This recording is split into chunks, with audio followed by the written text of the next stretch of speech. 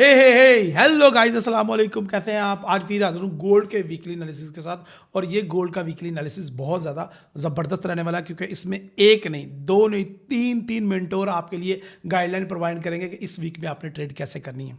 वो सरप्राइज़ है कौन कौन सा मेंटोर है। लेकिन सबसे पहले पिछले वीक के लिए अल्हम्दुलिल्लाह सुम्मा अल्हम्दुलिल्लाह, लास्ट वीक हमने छप्पड़ फाड़ प्रॉफिट किया है अल्हम्दुलिल्लाह सुम्मा अल्हम्दुलिल्लाह गोल्ड से। और गोल्ड को एक ही दिन में बाय और फिर उसके बाद सेल, फिर उसके बाद सेल के बाद फिर बाय करके प्रॉफिट अर्न किया है, यानी कि 2 वे 3 वे प्रॉफिट अर्न किया है। एक एक दिन में आपको तीन एंट्रीज लगवाई हैं गोल्ड की। इससे पहले लोगों को इतराज होता था कि यार ये हर बंदा वीडियो में हर वीक में अल्हम्दुलिल्लाह सुम्मा अल्हम्दुलिल्लाह कह देता है और लोग जेलस होते थे। लेकिन इस दफ़ा सर्वे के हिसाब से 75% लोगों ने लाइव ट्रेडिंग रूम में हमारे साथ प्रॉफिट अर्न किया है। तो अगर आपने भी हमारे साथ प्रॉफिट अर्न किया तो कमेंट में लिखें अल्हम्दुलिल्लाह सुम्मा अल्हम्दुलिल्लाह। माय डियर फ्रेंड, ये वीक बहुत ज़्यादा इंपॉर्टेंट है, क्योंकि लास्ट वीक एफओएमसी थी। एफओएमसी में क्या चीज़ें डिसाइड हुई हैं उनके बारे में, उनके की पॉइंट्स के बारे में मैं डिटेल से बात करूंगा। गोल्ड को टेक्निकल एनालिसिस मैं करूंगा, फंडामेंटल एनालिसिस इंशाल्लाह इस दफ़ा आपको प्रोवाइड करेंगे अब्बास भाई, वो भी वीडियो की शक्ल में। इसके अलावा एसएमसी के पॉइंट ऑफ व्यू, स्ट्रक्चर के पॉइंट ऑफ व्यू आपके साथ मिस्टर शकील शेयर करेंगे। तो इंशाल्लाह ये वीडियो पूरी फुल ऑफ इंफॉर्मेशन होने वाली है और नॉलेज से भरपूर होने वाली है। इस वीडियो को आपने लर्निंग पॉइंट ऑफ व्यू से देख रहे हैं, not to the getting the signal point of view. तो आपको पता चलेगा कि मार्केट को एनालाइज कैसे करते हैं और बड़े पॉइंट ऑफ व्यू को कैसे देखते हैं। सो वीडियो पूरी एंड तक देखिएगा और वीडियो को अभी से लाइक कर दो, अपने दोस्तों के साथ शेयर कर दो और वीडियो स्टार्ट करते हैं। मानिदुरी नवाज, वेलकम टू फर्कसुतात.com।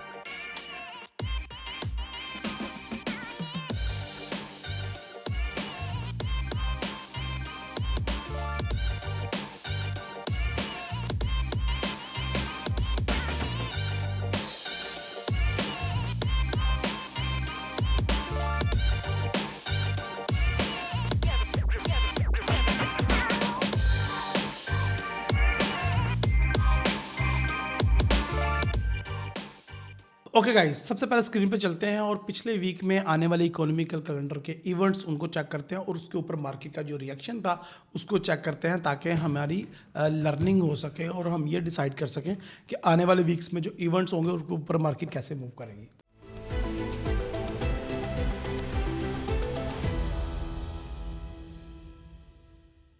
सबसे पहले स्टार्ट करते हैं प्रीवियस वीक में सबसे पहले कंज्यूमर कॉन्फिडेंस का डाटा था और उसके बाद जॉब स्लॉट ओपनिंग का डाटा था, जो कि दोनों ही पॉजिटिव आए और डॉलर इंडेक्स पॉजिटिव मूव करता रहा। उसके बाद ADP non farm employment change का डाटा था। ADP non farm employment change का जो डाटा है आपके सामने ही है, वो नेगेटिव आया था। 148 के एक्सपेक्ट किया जा रहा था, जबकि वो एक 107 आ गया। तो वो काफ़ी ज़्यादा नेगेटिव था डाटा, जिसकी वजह से आपको पूरा वीक की डॉलर इंडेक्स की मार्केट अप एंड डाउन और उसके साथ साथ गोल्ड की मार्केट अप एंड डाउन होती हुई नज़र आई।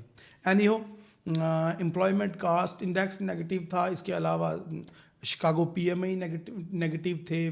और उसके बाद जो सबसे बड़ा इवेंट था इस वीक का, वो था FOMC, federal fund rate. Market का फेडरल ओपन मार्केट में इंटरेस्ट रेट क्या रहेगा उसका डिसीजन था, और जो 96% चांसेस थे कि रेट पास रहेगा। और अगर आप रियल मार्केट में या एक्चुअल डाटा चेक करें तो रेट पास ही हुआ 5.50। अच्छा, ये प्रीवियस हमें पहले ही पता चल चुका था कि रेट पास ही होना है, लेकिन प्रॉब्लम यह है कि अगली फोरकास्ट क्या है उसके ऊपर मार्केट मूव करती है और डिपेंड करती है। तो नेक्स्ट फोरकास्ट के हवाले से ऑल की स्पीच हमने सुनी लाइव ट्रेडिंग रूम में अल्हम्दुलिल्लाह सुम्मा अल्हम्दुलिल्लाह, और उसको उर्दू में ट्रांसलेट भी किया। इसके लिए प्रोफेसर इरफान फ़ानी साहब ने एक बाद में वीडियो भी रिकॉर्ड करवाई, जिसमें मीटिंग के अंदर की पॉइंट्स इंडिकेटर्स को एक्सप्लेन किया गया हिंदी में। ये थंबनेल पे क्लिक करके आप इस वीडियो को देख सकते हैं, या आई के बटन पे ऊपर प्रेस कर लीजिएगा, आप प्रीवियस वीक वीडियो देख सकते हैं। ये वीडियो इस हवाले से इम्पोर्टेंट नहीं है कि इस कमेटी में क्या हुआ, ये कौन कौन से की नोट्स थे। ये वीडियो लर्निंग के हवाले से बहुत ज़्यादा इंपॉर्टेंट थी। अगर आप समझते हैं कि फेडरल फंड रेट की जो मीटिंग होती है उसमें कौन कौन सी या किस किस किस्म की बातें होती हैं और उनका मार्केट के ऊपर क्या इम्पैक्ट आता है, ये लर्निंग पॉइंट ऑफ व्यू से बहुत ज़्यादा इंपॉर्टेंट वीडियो थी, तो आप इसको लाजमी वॉच कीजिएगा। सो इसके अंदर क्या क्या बातें डिसाइड हुई और बाबा जी क्या कहते हैं उसके बारे में इंशाल्लाह मैं अपने कमेंट बताऊँगा इंशाल्लाह। उसके बाद अनएम्प्लॉयमेंट क्लेम था, क्योंकि अगर मैं आपको एफओएमसी की बात करूं तो एफओएमसी में बाबा जी ने जिस बात पे जोर दिया, उन्होंने कहा जी कि हम एम्प्लॉयमेंट के डाटे के ऊपर डिपेंडेंट हैं।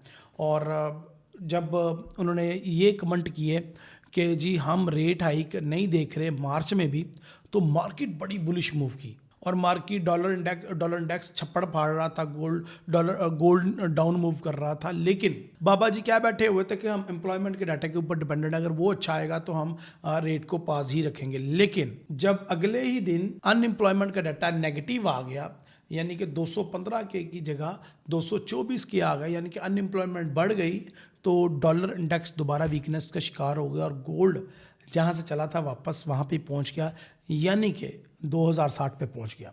तो ये सारी की सारी मूवमेंट कैसे चेंज होती है, सारा का सारा सिनेरियो कैसे चेंज होता है एक न्यूज़ की वजह से, ये हमने लास्ट वीक बहुत खूब लर्न किया और बहुत ज़बरदस्त ट्रेडिंग की है। हमने लाइव ट्रेडिंग रूम में हमने गोल्ड को बाय भी करवाया, सेल भी करवाया, फिर सेल करवा के फिर बाय करवाया, फिर बाय करवा के फिर सेल करवाया। हमने तीनों तरफ से बहुत अच्छी मूवमेंट कैश किया और अल्हम्दुलिल्लाह सुम्मा अल्हम्दुलिल्लाह हमने बहुत अच्छा अर्न किया। इससे पहले मैं जब कहता था ना अल्हम्दुलिल्लाह सुम्मा अल्हम्दुलिल्लाह we earn good money from last week, तो लोग कमेंट में मजाक उड़ाते थे। आज भी कमेंट में बताओ कि आपने कितना प्रॉफिट अर्न किया है और क्या आप लोगों ने हमारे साथ नहीं कमाया। जो हमने सर्वे किया तो 75% लोगों ने हमारे साथ अर्न किया इस वीक लाइव ट्रेडिंग रूम में। उन्होंने FOMC पे, NFP पे और जितने भी इकोनॉमिकल इंडिकेटर्स थे उन सब में हमारे साथ अर्न किया अल्हम्दुलिल्लाह सुम्मा अल्हम्दुलिल्लाह। और Monday to Friday live stream चलती रही है हमारी नॉन स्टॉप। सो अगर आपने अर्न किया तो कमेंट में लिखो अल्हम्दुलिल्लाह सुम्मा अल्हम्दुलिल्लाह। आगे चलते हैं। ISM मैन्युफैक्चरिंग PMI पॉजिटिव आया, उसका मार्केट के ऊपर इतना असर नहीं हुआ। मैन्युफैक्चरिंग प्राइसेस भी पॉजिटिव आया, इसका भी मार्केट ने इतना असर नहीं लिया, लेकिन मार्केट ने असर लिया एवरेज आर्ली अर्निंग पॉजिटिव आया। मार्केट ने असर लिया NFP का, यानी कि non farm payroll employment change वाला जो डाटा था वो प्रीवियस अगर देखा जाए तो 333 के, यानी कि 3,33,000 के प्रीवियस मंथ का था। इस दफ़ा फोरकास्ट की जा रही थी कि डाटा आधे से भी कम आएगा, यानी कि 190 के या 187 के आएगा डाटा। लेकिन फोरकास्ट के बरक्स डाटा बहुत अच्छा आया, ना तो बल्कि फोरकास्ट से भी अच्छा आया, बल्कि प्रीवियस डाटा से भी अच्छा आया।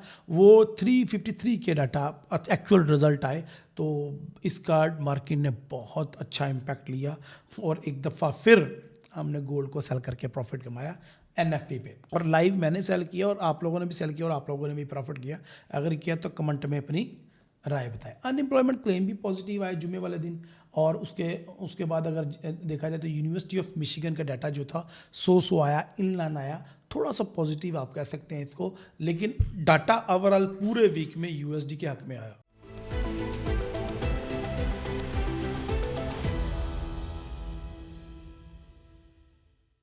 इसका इम्पैक्ट अगर देखें तो डॉलर इंडेक्स पे खूब आया और डॉलर इंडेक्स पूरा वीक जो आंख मचोली खेलता रहा हमारे साथ, एंड वाले दिन बहुत, यानी कि जुम्मे वाले दिन जब NFP था बहुत ज़्यादा पॉजिटिव क्लोज हुआ। अगर आप प्रीवियस पूरे 2-3 वीक्स की कैंडल चेक करें, ये देखें पूरा एक क्लस्टर है कैंडल्स का, ये सारा क्लस्टर कंफ्यूज था। मार्केट अप साइड पे भी वीक बना रही थी, डाउन साइड पे भी वीक बना रही थी। अगर दोनों साइडों पे देखा जाए तो ये डाउन साइड्स पे वीक है और अप साइड पे वीक्स हैं तो ये है।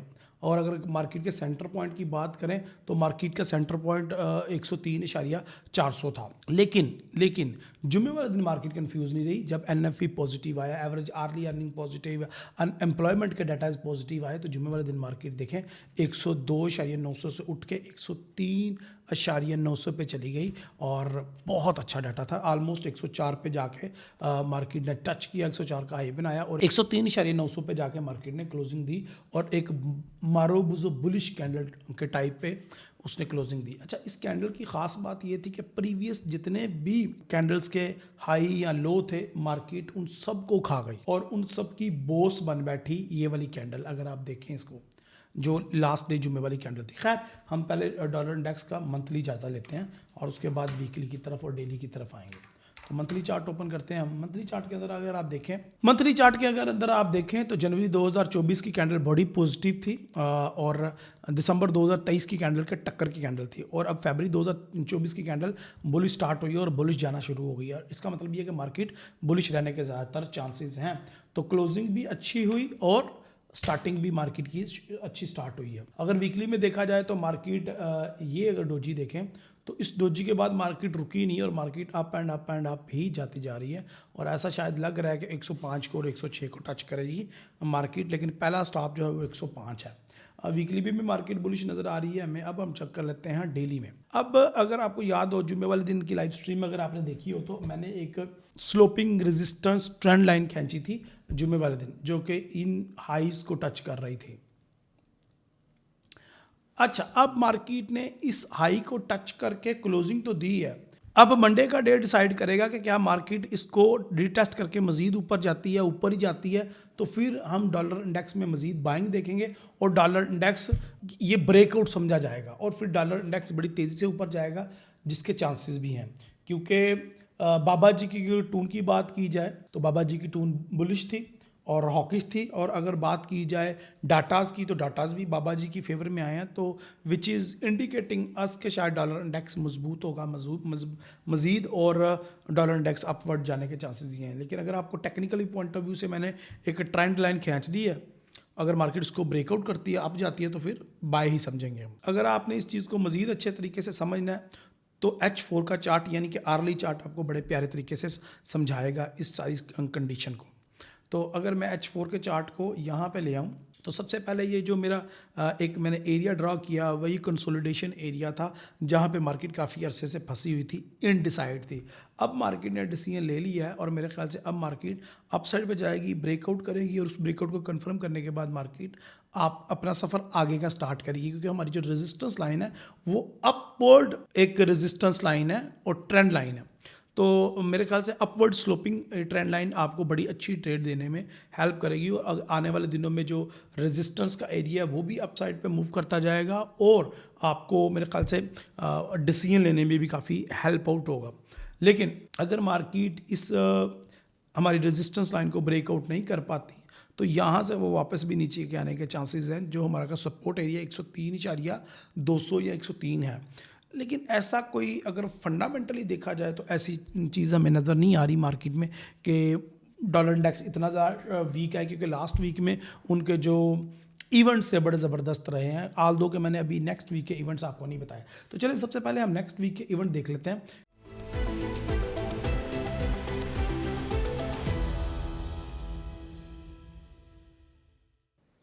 चलें अब हम इकोनॉमिक कैलेंडर की तरफ चलते हैं और देखते हैं नेक्स्ट वीक कौन कौन से इंपॉर्टेंट इवेंट है। अगर मंडे की बात की जाए यानी कि 5 फरवरी 2024 की, तो सबसे पहला इवेंट, पहला दिन ही बड़ा डेंजरस है और दिन का स्टार्ट ही बड़ा डेंजरस है। सुबह 5 बजे जब मार्केट ओपन ही होगी तो फेड चेयर पोल की स्पीक है और भाई साहब ये तो बड़ा ख़तरनाक काम हो गया। अगर हम एंड पे चलें तो रात को 8 बजे ISM सर्विसेज PMI का डाटा है विच इज़ आल्सो डेंजरस और मेरे ख्याल से 5 फरवरी जो पहला मंडे का दिन है काफ़ी इंपॉर्टेंट होने वाला है। इसके बाद अगर हम बात करें 6 फरवरी 2024 की, तो AUD का यानी कि ऑस्ट्रेलिया का रेट का डिसीजन है, बैंक रेट मॉनेटरी पॉलिसी है, तो वो बड़ी इंपॉर्टेंट रहेगी। लेकिन अगर हम बात करें USD की तो FOMC का एक मेंबर मैस्टर बात करेंगे, तो ये भी काफ़ी इंपॉर्टेंट डे होगा मंगल का। इसके अलावा कैड के गवर्नर बात करेंगे। इसके अलावा अगर हम बात करें 7 फरवरी यानी कि बुध वाले दिन, जो कि काफ़ी इंपॉर्टेंट होता है हमारे लिए, अनएम्प्लॉयमेंट चेंज और एम्प्लॉयमेंट चेंज NZD का है। लेकिन अगर हम बात करें USD की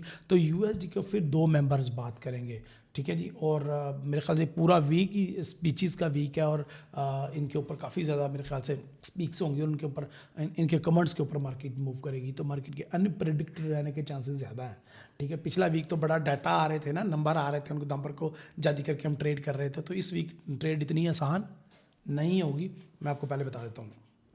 उसके बाद जुमेरात को अनएम्प्लॉयमेंट क्लेम और FOMC का एक और मेंबर बात करेगा और जुमे वाले दिन जो है एम्प्लॉयमेंट चेंज है और अनएम्प्लॉयमेंट वो कनाडा का है, USD की कोई ख़ास न्यूज़ नहीं है। लेकिन बुध वाले दिन एक बड़ी इंपॉर्टेंट आ रही है वीडियो, वो आ रही है कि बुध वाले दिन हम ईयरली फोरकास्ट की वीडियो रिलीज़ करेंगे। पूरे साल को हम एनालाइज करके आपके सामने रखेंगे कि पूरे साल में डॉलर कैसे मूव करेगा और गोल्ड कैसे मूव करेगा। तो बुध वाला दिन काफ़ी इंपॉर्टेंट रहेगा हमारे लिए और ये वीक में हम ईयरली फोरकास्ट अपनी दे देंगे। आई नो कि लेट हो गए हम, लेकिन फिर भी दे रहा है, दुरुस्त है। चलें अब हम चलते हैं डॉलर इंडेक्स के चार्ट पे ऊपर।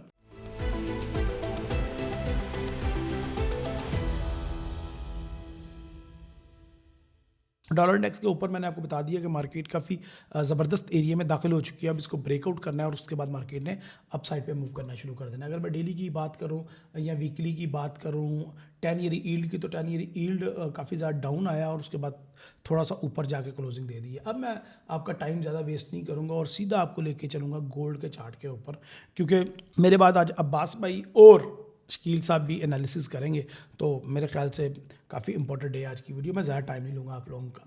अच्छा, अगर हम गोल्ड की बात करें तो गोल्ड आज आपको नज़र आ रहा है मंथली क्लोजिंग, पिछले यानी कि मंथली क्लोजिंग हुई है हमारी जनवरी 2024 की कैंडल क्लोज हुई है। तो वो जनवरी 2024 की कैंडल एक तरफ बैलिश कैंडल तो है, लेकिन दिसंबर 2023 की तरह और नवंबर 2023 की तरह नीचे वाली साइड पे इन तीनों कैंडल्स की वीक है और बॉडी के हिसाब से बिल्कुल ठीक वीक है, यानी कि इस महीने जनवरी की भी।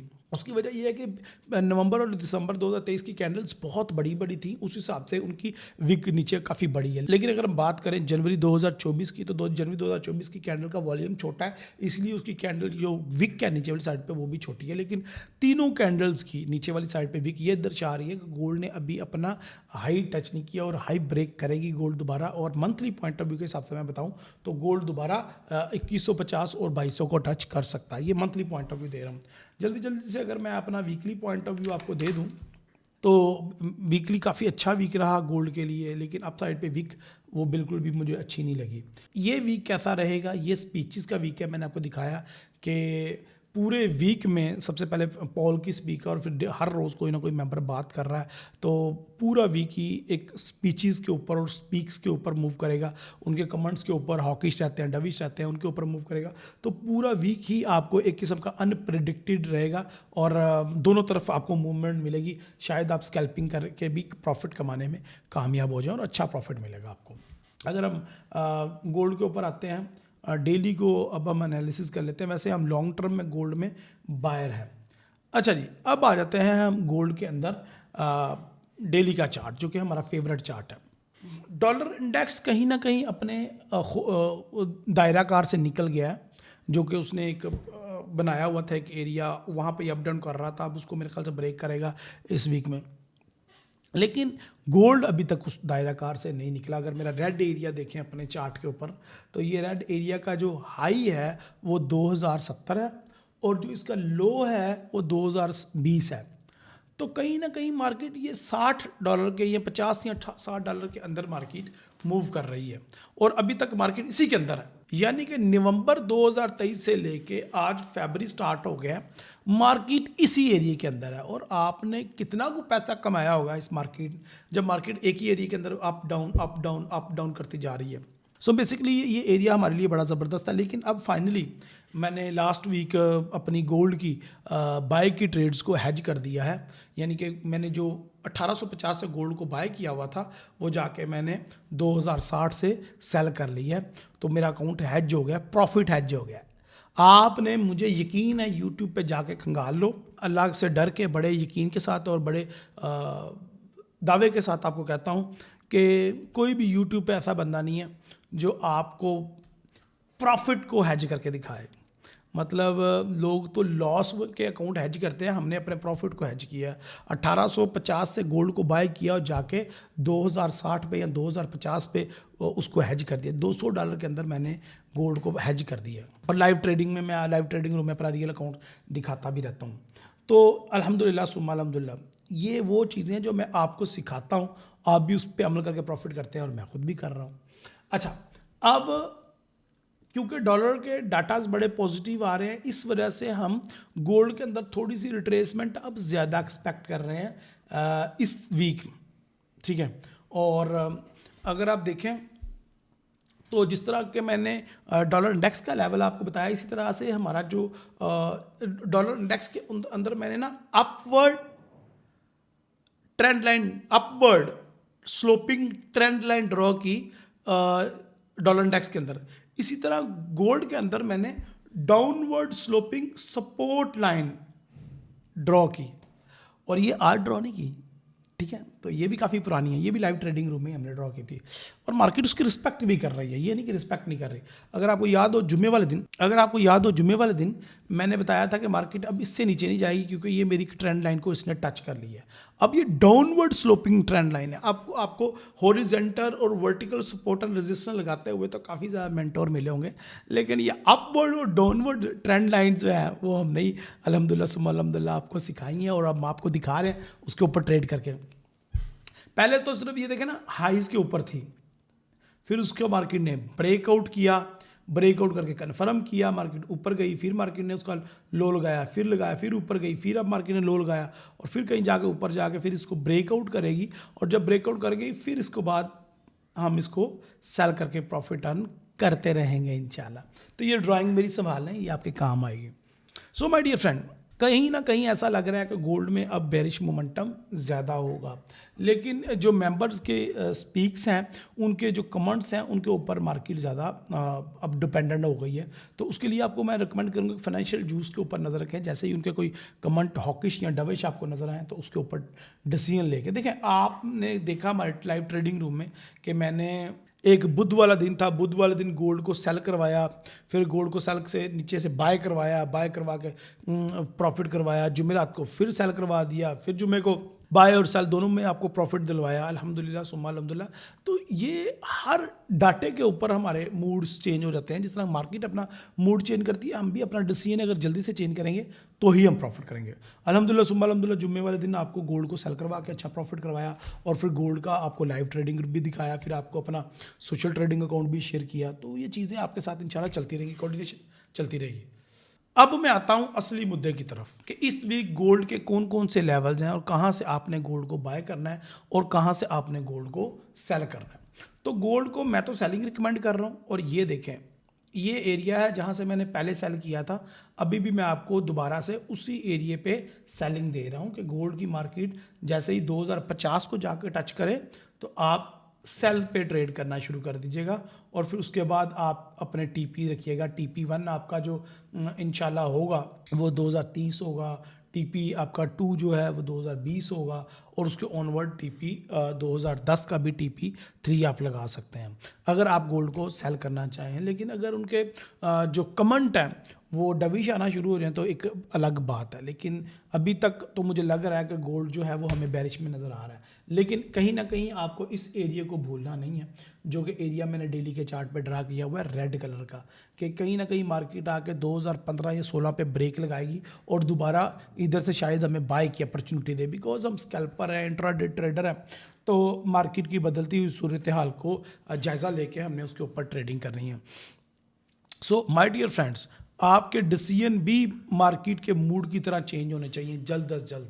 जैसे ही मार्केट अपना बिहेवियर चेंज करे, आप अपना डिसीजन चेंज करें, आप अपने ऑर्डर को चेंज करें, अपने ऑर्डर को प्रोटेक्ट करें बाय या साइड पे। तो इस वीक जो हमारे पास लेवल निकल के आ रहे हैं वो ये है कि आप 2050 से गोल्ड को सेल करें, 50 या 60 के दरमियान से आप पहला सेल 50 पे, दूसरा सेल जो है वो 2060 पे देखें आप और गोल्ड को सेल करके प्रॉफिट अर्न करें इस वीक। अगर आपने बाय करना है गोल्ड को तो 2020 से आप बाइंग की ट्रेड देखना शुरू करें। और मेरा फाइनल टीपी भी फिलहाल मैंने 2012 पे ही रखा हुआ है। मुझे उम्मीद है कि मार्केट ये इस वीक हमारा ये टीपी हिट कर देगी। सो माय डियर फ्रेंड्स, ये वीक काफ़ी ज़्यादा इंपॉर्टेंट है स्कैल्पिंग के लिए भी और ट्रेंडिंग ट्रेड के लिए भी। और इस वीक पूरा मैं तो गोल्ड को सेल करके प्रॉफिट अर्न करूंगा अलग अलग लेवल पे। कभी मैं 2045 से सेल करूंगा, कभी 2050 से, और कभी 2060 से, कभी 2055 से सेल करके प्रॉफिट अर्न करने की कोशिश करूंगा। चलें जी, अब मैं अब्बास भाई की तरफ चलता हूँ और अब्बास भाई से जानते हैं कि फंडामेंटली गोल्ड इस वीक कैसा मूव करेगा। तो जी अब्बास भाई, आप बताएं कि गोल्ड इस वीक कैसा मूव करेगा, फंडामेंटली कौन कौन से बड़े इवेंट हैं।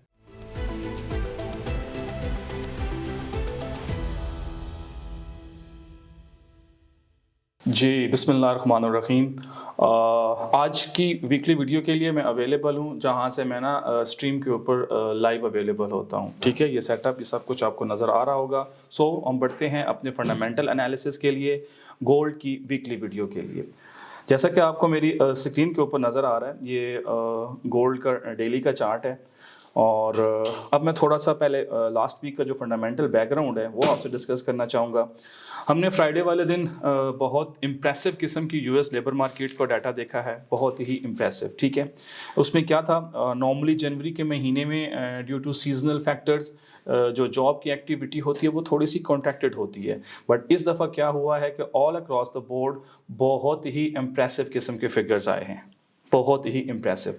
आपने देखा होगा कि जो अनएम्प्लॉयमेंट रेट है वो फिर ड्रॉप हो गया। जो हेडलाइन नंबर्स थे वो एक्सपेक्टेशंस थी अराउंड 180 190 के की, एंड देवर 353, दैट इज़ आल्सो इम्प्रेसिव। और जो सबसे ज़्यादा इम्पोर्टेंट था वो था early earning. Early earning almost double हो गई।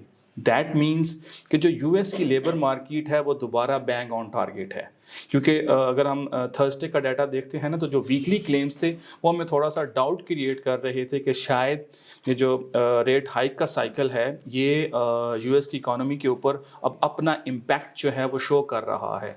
क्योंकि अगर आप एफओएमसी में हमारे साथ थे तो आप लोगों ने एफओएमसी में सुना होगा कि वहाँ पर जे पावल ने कहा था कि अगर हमारी लेबर मार्केट ने हमें बताया कि फॉर एग्जांपल वहाँ पर जो है वो अनएम्प्लॉयमेंट बढ़ना शुरू हो गई है और जॉब्स डिटोरिएट हो रही हैं, तो फिर हम अकोमोडेटिव हैं, हम पॉलिसी को ट्रिम कर सकते हैं। लेकिन एनएफपी ने इन सारी चीज़ों को एक दफ़ा के लिए बिल्कुल रूल्ड आउट कर दिया। और अगर हम जाके फेड वॉच टूल के ऊपर देखते हैं तो जो probabilities right when it was at the start of this year, जो कि उस वक्त 80+ थी, वो अब ड्रॉप होकर 30% के करीब रह गई हैं, जो कि मार्च का रेट हाइक है। ठीक हो गया।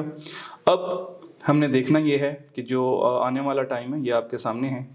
अगर हम इसको देखें तो ये हमें अब कहाँ नज़र आ रही है, 38% के अराउंड में रेट कट की पॉसिबिलिटी, और जो पास की पॉसिबिलिटी है ये 62% है। इट मींस कि हमें अब ये डेवलप होता हुआ नज़र आ रहा है कि अगर चीज़ें नॉर्मल रहती हैं, मतलब कोई रिस्क फैक्टर को लेके कोई चीज़ डेवलप नहीं होती, तो फंडामेंटली यूएस इकोनॉमी साउंड है, उनके यहाँ चीज़ें जो हैं वो बहुत अच्छी चल रही हैं। सो वो क्या करेंगे, वो चीज़ों को होल्ड करेंगे और मे बी हमें मई में या जून में, अब ये डिपेंड करता है आने वाली मीटिंग्स में, क्योंकि मई और जून से पहले एफएमसी की मीटिंग भी है मार्च के अंदर, और तब तक 1 या 2 मंथ्स का डाटा भी होना है, तो फेड भी डाटा डिपेंडेंट है, तो हम भी उन चीज़ों को उस हिसाब से देखेंगे। मैं दोबारा इस स्लाइड पे आऊँगा। इस स्लाइड को अगर आप देखें तो फेड चेयर जेरम पावल के भी थे कि जो मार्च का रेट कट है ना ये अनलाइकली है, वेयर एज के दिसंबर एंड से और जनवरी के स्टार्ट से मार्च का rate cut on the table था, अब जो है वो वायर हो गया है। ठीक हो गया। आगे हम देखते हैं कि ये जो एक तगड़ी किस्म की लेबर मार्केट की रिपोर्ट आई थी, इस रिपोर्ट ने और किन किन सेक्टर्स को हमें बताया कि जो रेट कट है वो डिस्टर्ब हो गया। वो सब बॉन्ड मार्केट के ऊपर आपको पता है कि इसका ना काफ़ी ज़्यादा इफ़ेक्ट होता है। तो ये जो बॉन्ड मार्केट का एक्शन है ये आपके सामने है कि जो यूएस के 10 ईयर ट्रेजरी यील्ड्स हैं ये 3 पॉइंट समथिंग से नीचे थे, तो ये अगेन रिपोर्ट को देखते हुए इनमें 16 पॉइंट बेसिस का इजाफा हुआ है। मींस कि आप कह सकते हैं कि ये 3.80 के अराउंड थे, और एनएफपी की रिपोर्ट को देखते हुए ये 4.02 के करीब जो ये हैं, ये फ्राइडे की क्लोजिंग है। सिमिलरली 2 ईयर यील्ड्स जो होते हैं ये शॉर्टर टर्म के यील्ड्स हैं। डॉलर की स्ट्रेंथ को बहुत शॉर्टर टर्म में अगर आपने आइडेंटिफाई करना हो तो उसमें बड़े हेल्पफुल होते हैं। तो ये ऑलमोस्ट 17.4% जो है फ्राइडे वाले दिन इनके अंदर हमें स्ट्रेंथ नज़र आई है। और इस इम्पैक्ट को अगर हम जाके चार्ट के ऊपर देखते हैं तो चार्ट के ऊपर हमें गोल्ड स्लाइटली ड्यू फैक्टर्स की वजह से थोड़ी सी अपवर्ड मूव बनाने के मूड में था, लेकिन लेबर मार्केट ने इस पूरी मूव को उठा के नीचे कर दिया है। अब ये सारी एक्टिविटी थी लास्ट वीक की। ठीक हो गया। अब हमने देखना ये है कि क्योंकि हमने अभी ट्रेड करना है आने वाला वीक, तो आने वाले वीक में हम 1-2 इवेंट को देख लेते हैं कि यार मेजर इवेंट्स कौन से हैं, फिर हम एक इवेंट के ऊपर बात कर लेते हैं, और then we will identify the zones कि कौन कौन से जोन फंडामेंटली हमें अलाउ करते हैं कि अगर हमने गोल्ड को बाय करना है फॉर दिस वीक, या अगर हमने गोल्ड को शॉर्ट करना है तो वो कौन से जोन हो सकते हैं। ओके, हम देखते हैं यहाँ पर कि कौन सी एक्टिविटी जो अवेलेबल है नेक्स्ट वीक में। नेक्स्ट वीक में क्या है, सबसे पहले मंडे, फ्राइडे मंडे वाले दिन 5 फेब को जो सबसे इम्पोर्टेंट है, फेडरल रिजर्व चेयर ने फिर बात करनी है। और रात में सर्विसेज पीएमआई का डाटा है, और आप अगर ज़रा सर्विसेज पीएमआई के डाटे की एक्सपेक्टेशंस को देखेंगे तो हमें यहाँ पर फिर थोड़ा राइज देखा जा रहा है। पीछे हमने मैन्युफैक्चरिंग पीएमआई का डाटा देखा था, वो बहुत अच्छा आया था, अगर आप लोगों को याद हो लास्ट वीक के अंदर। अब ये भी अच्छा आता है, that is a positive note, but उससे पहले फेड चेयर ने बात करनी है, ये बहुत इंपॉर्टेंट होगा, ठीक है। एनएफपी के बाद ये बात करेंगे, और ये कहाँ अपना वेटेज डालते हैं। फॉर एग्जांपल ये अपने उस ईयर हैट्रिक को जो उन्होंने एफएमसी में बिल्ड किया था उसको कैरी ऑन करते हैं, और बैक बाय एनएफपी थोड़ी और तगड़ी टोन मेंटेन करते हैं, तो ऑब्वियसली डॉलर इंडेक्स जो 103.80 के करीब कहीं क्लोज हुआ है, तो ये इसको पुश देंगे, तो वो डेफिनेटली 104 को ब्रेक करेगा and it may move up. Okay, उसके बाद सर्विसेज पीएमआई, इसके साथ अगर आप थोड़ा सा कैलेंडर के अंदर गौर करते हैं तो एफएमसी के स्पीकर्स काफ़ी हैं, बॉस्टिक, मैस्टर, कगलर, बर्किन, बोमैन और बर्किन, यहाँ बर्किन फिर मीन्स के 1 2 3 4 5 6 7 स्पीकर्स ऑन द वायर। ठीक हो गया। डाटे के हिसाब से बात कर लूँ तो मंडे को सर्विसेज पीएमआई हैं, उसके बाद वीकली क्लेम्स हैं, और इसके अलावा और कुछ नहीं है। सो बहुत इम्पोर्टेंट होगा आप लोगों को इन स्पीकर्स को सुनना। क्यों? क्योंकि ये सब अब एनएफपी के बाद बात कर रहे हैं, और जो एनएफपी के बाद अगर बात कर रहे हैं इनमें से फॉर एग्जांपल अगर कोई मेंबर डॉविश भी था, तो अब अगर उसकी टोन थोड़ी अग्रेसिव होती है तो ये डॉलर को फर्दर बूस्ट करेंगे। इस हिसाब से फिर गोल्ड के ऊपर एक नेगेटिव किस्म का प्रेशर जो है वो बना रहेगा। अब हम आ जाते हैं गोल्ड की ट्रेड के लिए। हम देखते हैं कि हमें गोल्ड की ट्रेड कहाँ से मिल सकती है। फर्स्ट ऑफ ऑल इन चीज़ों को समझना ज़रूरी है कि एट टाइम ऐसा होता है कि हम लोग सेशन मतलब अपनी एक्टिविटी स्ट्रीम वगैरह बंद करते हैं, तो गोल्ड के अंदर एक मूवमेंट आती है। वो किस तरह के एलिमेंट्स होते हैं, अगर मैं आपको कुछ दिन पहले की बताऊं तो हम लोगों ने एनालिसिस की है एट दैट टाइम, और रात में अर्निंग का राउंड अप था, और उसके अंदर मेटा नैस्डैक का है, ये बहुत अच्छी अर्निंग आई, 15% जंप कर गया। ठीक हो गया। इससे क्या हुआ, जब नैस्डैक के अंदर एक रैली डेवलप हुई, वो 17,000 के करीब फ्लर्ट कर रहा था, और चांसेस थे कि इसके अंदर एक हेल्दी करेक्शन बनेगी, but just because of Meta and Amazon और शायद एक तो और कंपनीज भी थी, इनकी वजह से जब उसने दोबारा से बिल्डअप किया, तो आपको पता है कि डॉलर जो है इनके वाइस वर्सा में होता है, तो डॉलर के ऊपर प्रेशर आ गया। इस चीज़ को फिर गोल्ड ने भी कैच किया, और गोल्ड और नीचे कहीं 1835-45 पे था, इट वेंट अबव एंड 1865 को गोल्ड ने टच किया बिफोर एनएफपी। ठीक हो गया। क्यों किया? क्योंकि ये अर्निंग राउंड अप था, और ये कब हुआ, ये रात को यूएस की मार्केट बंद होने के बाद की रिपोर्ट्स थी। सिमिलरली अगर आप कल की बात करें तो कल एनालिसिस जब हमने कर लिए एनएफपी के, आप लोगों ने हमारे साथ बहुत अच्छी ट्रेड्स भी की, तो उसके बाद क्या हुआ, रात में लेटर नाइट ऑलमोस्ट मतलब मार्केट बंद होने से पहले, ये आपके सामने की न्यूज़ हैं डिफरेंट फोरम्स के ऊपर आई कि यूएस मिलिट्री ने जो इराक और सीरिया में कुछ साइट्स हैं जिन्हें वो कहते हैं कि वो ईरानियन सिक्योरिटी की बैक्ड साइट्स हैं, उनके ऊपर वो जो उनके यहाँ एक जॉर्डन में अटैक हुआ था जिसमें उनके 3 सोल्जर्स किल्ड हो गए थे, उसका बदला लेने के लिए एक मैसिव अटैक्स की हैं, और ऑलमोस्ट 7 लोकेशंस के ऊपर 85 टारगेट्स को उन्होंने हिट किया है। ठीक है क्या? 85 टारगेट्स को। अब ये एक न्यूज़ बनती है, गोल्ड जो कि 20 30 और इससे नीचे बंद होने के चक्रों में था, when they just got this news it went up and it just close around 2040 या 2039 के अराउंड में क्लोज हुआ है। ठीक हो गया। ये इसलिए कोट कर रहा हूँ कि ये वाली चीज़ें एक्सेप्शनल होती हैं, और जियो पॉलिटिकल टेंशंस का गोल्ड के लिए ना बहुत बेहतरीन किस्म का टाइम होता है, वो उस पर ना इंजॉय करता है एंड इट गोज़ अप। अब अगर इस तरह की कोई न्यूज़ आती है तो फिर तो जो एनालिसिस फंडामेंटली होते हैं ना वो रूल्ड हो जाते हैं, फिर तो गोल्ड डिपेंड करेगा the impact of that news कि वो किस तरह की है। फॉर एग्जांपल अगर इसके ऊपर कोई रिटेलिएशन आती है और यूएस की किसी फर्दर बेस या किसी फर्दर इंस्टॉलेशन के ऊपर अटैक होता है और वहाँ कैजुअलिटीज़ होती हैं, तो ऑब्वियसली रिस्क का फैक्टर बिल्डअप होगा और गोल्ड को सपोर्ट मिल सकती है। अदरवाइज अगर इसको हम कांस्टेंट रखते हैं मींस कि ग्लोबल रिस्क जो है वो बिल्कुल सुकून में है, कोई नई डेवलपमेंट नहीं है। तो इस ज़मन में जो गोल्ड है वो शॉर्टिंग अपॉर्चुनिटी है। और अगर हम प्रीवियस इसका ये हाई देखें, ये 2065 के करीब है जो से पिछले दिन का लगा है, तो ये आपका बेहतरीन जोन है। आप यहाँ से, ठीक है, अब ये 39 पे है, यहाँ से पुल बैक करके कहीं ये इस लेवल में आता है तो आपका बेहतरीन शॉट है। ठीक हो गया, ये बेहतरीन शॉट है। कहाँ तक? पहला टारगेट जो ये लो लग चुका है, पहला टारगेट ये हो सकता है। एंड देन इट डिपेंड्स कि जो वो 7 स्पीकर्स ने बात करनी है और जो मंडे को डाटा है वो किस किस हिसाब में आके बिल्डअप में आता है, वो क्या बताता है। अगर वो इसी डॉलर के फेवर में बात करते हैं और साथ में अपना वेटेज डालते हैं कि हमें रेट कट के लिए इतना अर्ली नहीं जाना, तो दैट मीन्स कि that is a good chance कि इस वीक के अंदर हम हर जो रिट्रेसमेंट अप साइड पे होती है हम गोल्ड को शॉर्ट करके ठीक ठाक किस्म का प्रॉफिट बना सकते हैं।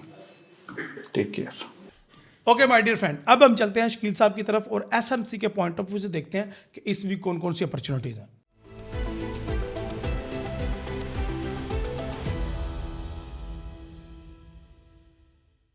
अस्सलाम वालेकुम। बहुत शुक्रिया हिल भाई और तमाम लोगों का शुक्रिया जो ये वीडियो देख रहे हैं एसएमसी के हवाले से। तो इसमें सबसे पहले तो हमारे पास एक्सटर्नल स्ट्रक्चर है। एक्सटर्नल स्ट्रक्चर के अंदर मैं बाद में आऊँगा एसएमसी के हवाले से, लेकिन सबसे पहले इंटरनल स्ट्रक्चर। इंटरनल स्ट्रक्चर में क्या है जी, H1 का चार्ट है मेरे पास, इंटरनल स्ट्रक्चर है। ब्रेक ऑफ स्ट्रक्चर हुआ हमारे पास 2013 के लेवल के ऊपर, और 2013 के लेवल के बाद अभी तक मार्केट ने अपना लोअर लो कन्फर्म किया इंड्यूसमेंट के बाद, और एक valid order flow order block था, मार्केट ने इसको मिटिगेट किया और लोअर हाई के ऊपर इंड्यूसमेंट क्रिएट की। और हम लोगों ने ऑफिशियली इसको सेल भी किया था और अच्छी अर्निंग भी की है। तो अब इसके अंदर हमने इसको दोबारा से इसको बाय किया हुआ है मैंने इस लेवल से। उसका मेन रीज़न इसमें लिक्विडिटी स्वीप हुई, 2-3 चीज़ें थी, लेकिन मैं देख रहा हूँ अगर इंटरनल स्ट्रक्चर को मार्केट रिस्पॉन्स करती है, एक्सेप्ट करती है, तो मार्केट अभी नीचे गिरेगी 2000 के लेवल से। 2000 के लेवल से मैं इसको देख रहा हूँ कि मार्केट इससे भी नीचे क्रॉस करेगी और ब्रेक ऑफ स्ट्रक्चर होगा 2001 के लेवल से, अगर मार्केट इंटरनल स्ट्रक्चर के ऊपर बिल्कुल रन करती है H1 के चार्ट के अंदर। और इसी तरह से M15 के अंदर भी हमारे पास M15 के हवाले से जो हमारे पास एक इंटरनल और एक्सटर्नल दोनों, M15 के हवाले से हमारे पास जो इंटरनल स्ट्रक्चर है वहाँ पे ब्रेक ऑफ स्ट्रक्चर हुआ है। ब्रेक ऑफ स्ट्रक्चर के बाद यहाँ पे हमारे पास एक वैलिड ऑर्डर ब्लॉक था और इसी ऑर्डर ब्लॉक के बिहाफ के ऊपर लिक्विडिटी स्वीप हुई, मैंने इसको किया बाय। तो अब यहाँ तो मार्केट हमारा हायर हाई क्रॉस करे 2065 से और यहाँ पे ब्रेक ऑफ स्ट्रक्चर ड्रा करें और फिर से हम स्ट्रक्चर मैपिंग नीचे की तरफ स्टार्ट करें और बाय के लेवल्स तलाश करना शुरू करें। तो M15 के लिहाज से तो इस लेवल से 2033 से के लेवल से 34 के लेवल से बाय है। हाँ, अगर मार्केट अपना हायर लो क्रॉस करती है, जो कि इसने अभी तक क्रॉस नहीं किया, कन्फर्म नहीं किया, क्रॉस करती है, कन्फर्मेशन देती है, दैन फिर और H1 का स्ट्रक्चर ही हमारे पास वैलिड होगा और उस लिहाज से ही हम ट्रेड अपनी जो यहाँ पे 2055 के लेवल 2055 के लेवल से हमने एक सेल की ट्रेड ली है, वो हमारे पास वैलिड होगी और इसका SL हमारा ब्रेक इवन पे जाएगा अभी। तो इस वीक के अंदर मैं देख रहा हूँ जो इंटरनल स्ट्रक्चर चल रहा है M15 के अंदर, वहाँ पे हमारे पास valid order block higher high break of structure होगा, फिर देन से स्ट्रक्चर मैपिंग होगी।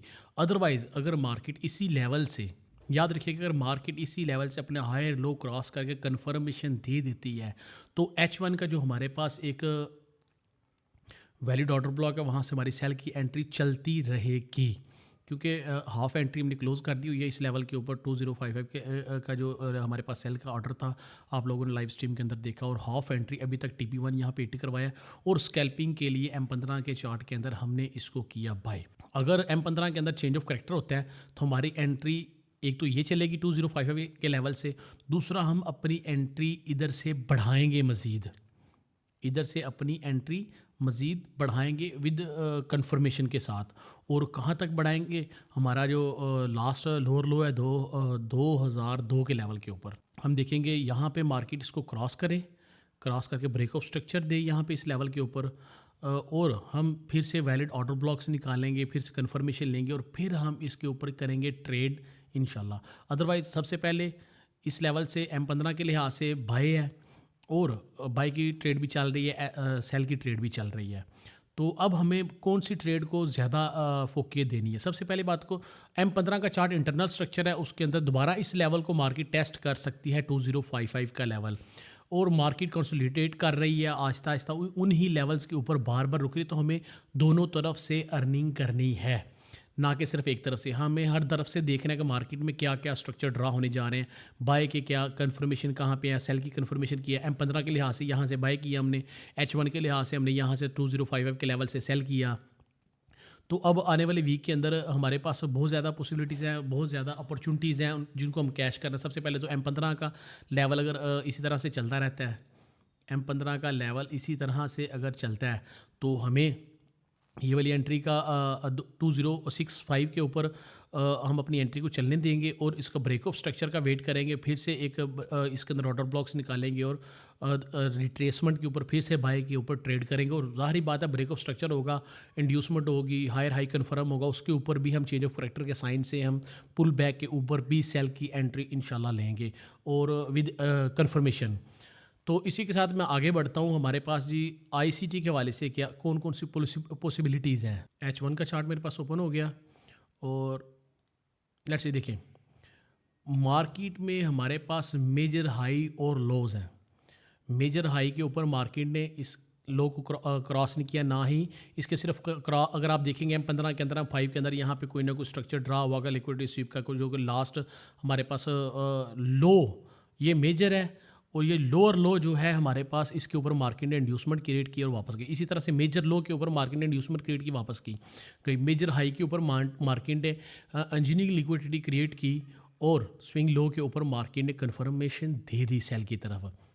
अब मेजर लो के ऊपर दोबारा से मार्केट यहाँ पे लिक्विडिटी स्वीप हुई है, डेफिनेटली मार्केट दोबारा अपना मेजर हाई दोबारा से टेस्ट कर सकती है। इसमें कोई शक नहीं है कि मार्केट हमेशा अपने मेजर लोज और हाइज़ के ऊपर आके लिक्विडिटी स्वीप करती है और रिट्रेसमेंट देती है, कन्फर्मेशन देती है, दोबारा से बाई या सेल की अपॉर्चुनिटीज़ हमारे सामने आ जाती हैं। इसी के अंदर हम देखेंगे मार्केट में हमारे पास कहाँ पे प्रीवियस वीकली हाई हैं, डेली लो है, हाई है। प्रीवियस वीकली लो जो हमारे पास 2016 का जो लास्ट वीक के अंदर हमारे पास लो लगा है वो 2015 का लेवल है। अगर मार्केट प्रीवियस डेली लो अपना क्रॉस करती है, ये तो अभी हमारे पास लो आ गया ना, प्रीवियस डेली लो हमारे पास आ चुका है। जो उससे हमारे पास जो मेरे रात वाले दिन का लो था उसके ऊपर मार्केट ने लिक्विडिटी स्वीप की है, कन्फर्मेशन दिया है बाय की। अब कहाँ तक बाय हो सकता है? मार्केट अपना प्रीवियस डेली हाई भी टेस्ट कर सकती है, जो मेरे रात का लेवल भी, और मार्केट अपना फ्राइडे का प्रीवियस डेली हाई जो है वो भी कन्फर्म कर सकती है, टेस्ट कर सकती है। यहाँ पे लिक्विडिटी स्वीप हो सकती है।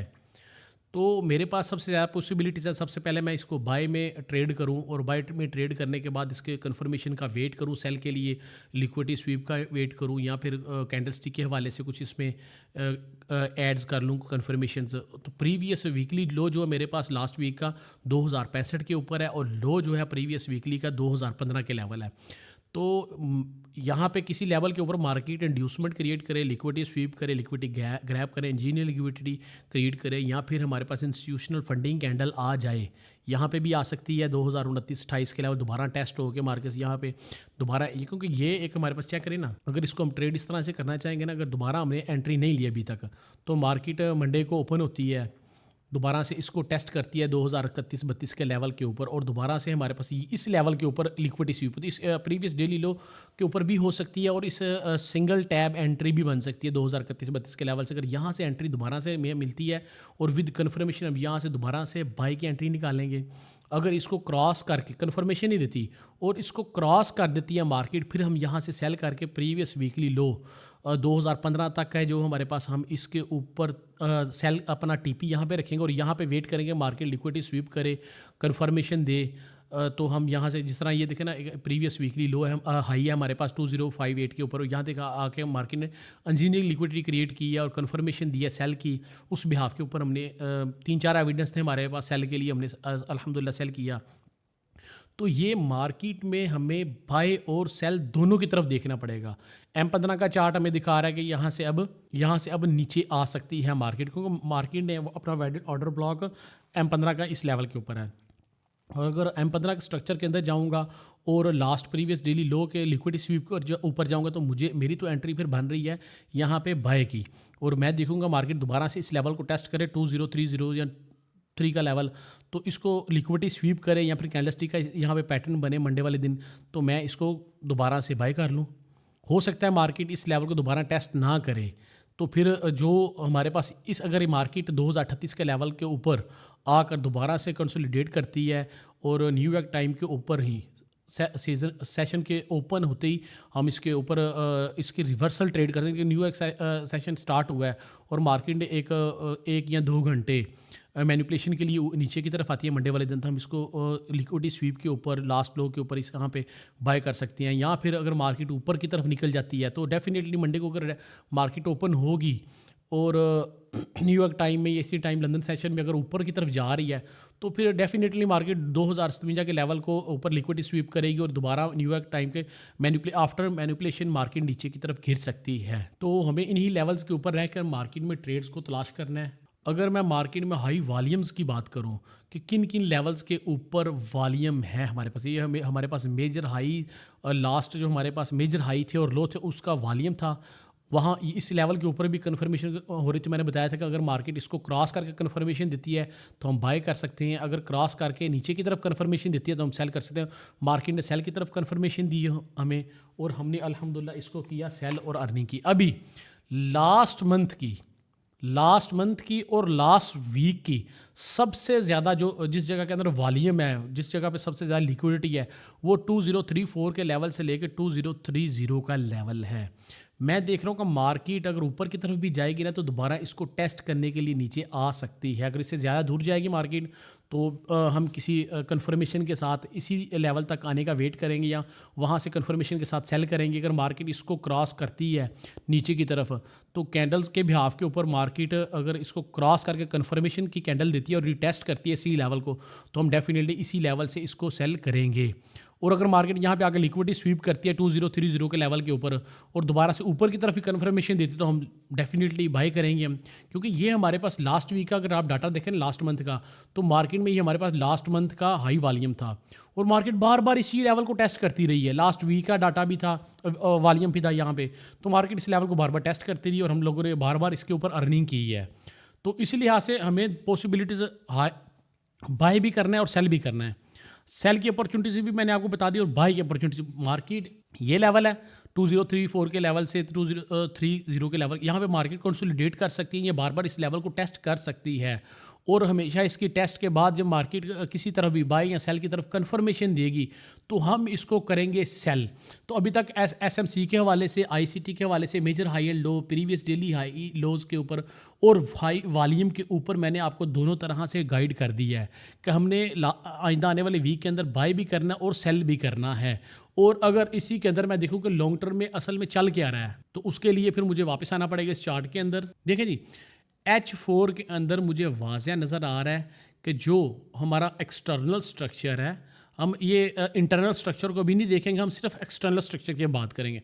एक्सटर्नल स्ट्रक्चर के अंदर हमारे पास जो है लास्ट ब्रेक ऑफ स्ट्रक्चर हुआ है 2068 के लेवल से और हमारे पास एक हायर हाई आ गया, मार्केट ने हायर हाई और अब मार्केट ऑर्डर ब्लॉक्स की तरफ निकल सकती है, सेल की तरफ।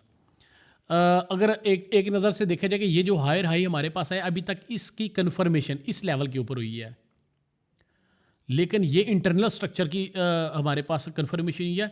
जो हमारे पास एक्सटर्नल स्ट्रक्चर है ना उसका ये ब्रेक ऑफ स्ट्रक्चर इस लेवल के ऊपर है और हमारे पास इसकी इंड्यूसमेंट कहाँ पे होगी, ये जो लेवल लास्ट यहाँ से निकला और लास्ट इसका लो ये है और एक्सटर्नल हमारे पास जो स्ट्रक्चर है इस लेवल के ऊपर इसको कर रहा है हायर हाई कन्फर्म। जब ये हायर हाई कन्फर्म हो जाता है उसके बाद मार्केट अपने वैलिड ऑर्डर ब्लॉक्स को उठाने के लिए नीचे जाती है। तो मार्केट ने हमारे पास जो फर्स्ट डिसीजनल PI था, ऑर्डर ब्लॉक्स था, मार्केट ने इसको टैप किया 1978 के ऊपर और ऊपर की तरफ निकल गई है। तो अब हमारे पास दो चीज़ें हैं। पहली चीज़ कि मार्केट इसी लेवल से निकल के अपना जो फर्स्ट ऑर्डर ब्लॉक है और एक्सट्रीम लेवल के ऊपर ऑर्डर ब्लॉक है 1940 के लेवल के ऊपर, 1947 के लेवल, यहाँ तो मार्केट आके इसको टैब करेगी। ये आपको लॉन्ग टर्म के लिए बता रहा हूँ, यहाँ तो मार्केट इसको आके टैब करे, कन्फर्मेशन दे तो हम लॉन्ग टर्म के लिए इसको बाय करें। लॉन्ग टर्म के लिए। अदरवाइज़ यहाँ पे ही मार्केट स्ट्रक्चर के थ्रू M15 का स्ट्रक्चर, H1 का स्ट्रक्चर ड्रा करके हम देखते हैं मार्केट को। मार्केट यहाँ से निकले वापस ऊपर की तरफ और अपना हायर हाई यहाँ पे ब्रेक ऑफ स्ट्रक्चर बनाए, यहाँ पे ब्रेक ऑफ स्ट्रक्चर बनाए और फिर जो हमारे पास हायर हाई कन्फर्म होगा उसकी लिक्विडिटी स्वीप के ऊपर या पुल बैक के ऊपर चेंज ऑफ करैक्टर के अंदर हम इसको करेंगे सेल। अदरवाइज़ हमारे पास अब यहाँ तो हम छोटे स्ट्रक्चर के अंदर जाकर अपनी ट्रेड्स को बनाएं, क्योंकि यहाँ पे कोई H4 के अंदर वैलिड ऑर्डर ब्लॉक नहीं है, ना ही फेयर वैल्यू गैप है, क्योंकि मार्केट ऑलरेडी अपना फर्स्ट फेयर वैल्यू गैप तो मिटिगेट कर चुकी है, लेकिन ऑर्डर ब्लॉक जो हमारा अभी तक अनमिटिगेट है। ऑर्डर फ्लो भी अनमिटिगेट है और ऑर्डर ब्लॉक भी।